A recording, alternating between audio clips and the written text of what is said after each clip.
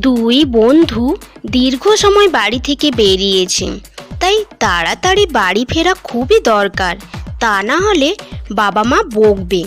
আসতে দেরি লাগছে দেখে সোজা বনের পথ দিয়ে দুই বন্ধু বাড়ি ফিরছিল। এই পথ দিয়ে গেলে তাড়াতাড়ি বাড়ি যাওয়া যাবে।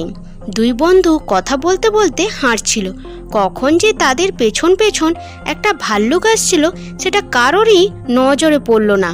পরে দুই বন্ধু যখন জানতে পারলো যে তাদের পেছন পেছন একটা ভাল্লুক আসছে, তখন তারা ভয়ে কাঠ। বন্ধু, ওই দেখো পেছনে ভাল্লুক, আমাদের তাড়াতাড়ি করে এখান থেকে পালাতে হবে। চলো আমরা এখান থেকে তাড়াতাড়ি করে পালিয়ে যাই। ঠিক বলেছো বন্ধু, চলো তাড়াতাড়ি করে আমরা এই জঙ্গল ছেড়ে পালাই।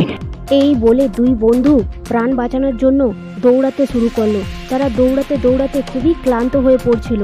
তারা দৌড়াতে দৌড়াতে প্রথম বন্ধু অন্যজনকে বলল, বন্ধু এইভাবে কিন্তু দৌড়ালে আমরা বাঁচতে পারবো না, ভাল্লুক আমাদের আগে জোরে দৌড়ে আমাদের ধরে ফেলবে, আমাদের একটা বুদ্ধি বের করতে হবে, বুদ্ধি দিয়েই আমাদের কাজ করতে হবে। তোমার মাথায় কি বুদ্ধি এসেছে বলো, আমরা তাহলে তাই করব।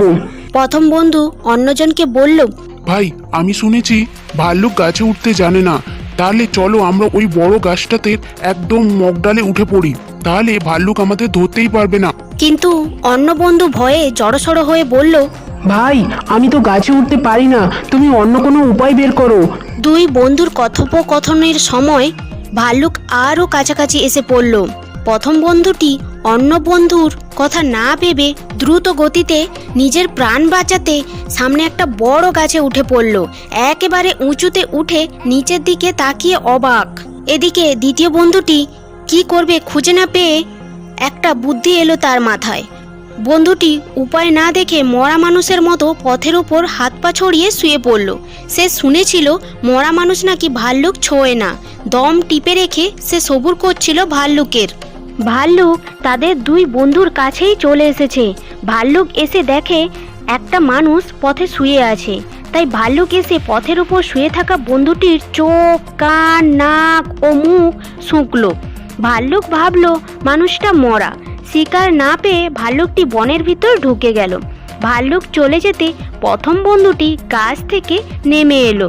প্রথম বন্ধুটি দ্বিতীয় বন্ধুটিকে সহানুভূতির সাথে বলতে লাগলো, বন্ধু, ভাল্লুক চলে গেছে, তুমি এখন উঠে পড়ো। দ্বিতীয় বন্ধুটি উঠে দেখে সত্যি সত্যি ভাল্লুক চলে গেছে। তখন প্রথম বন্ধুটি দ্বিতীয় বন্ধুটিকে বলল, বন্ধু, ভাল্লুক তোমাকে কানে কানে কি কথা বলে গেল? অন্য বন্ধুটি খানিক চুপ করে থেকে বলল, ভাল্লুক আমার কানে কানে এই কথা বলে গেল, যে লোক বন্ধুকে বিপদে ফেলে পালায় তার উপর ভরসা করতে নেই। বিপদের সময় বন্ধুর আসল পরিচয় পাওয়া যায়। ভাল্লুক এই কথা বলল যে তুমি আমার প্রকৃত বন্ধু হতেই পারো না। তাহলে বন্ধুরা, এই গল্প থেকে আমরা কি শিখলাম? এই গল্প থেকে আমরা এটাই শিখলাম যে কে আমার প্রকৃত বন্ধু সেটা বোঝা যায় তার বিপদের সময়। বিপদের সময় যদি সে তাকে সাহায্য করে তাহলে বোঝা যায় সে তার প্রকৃত বন্ধু।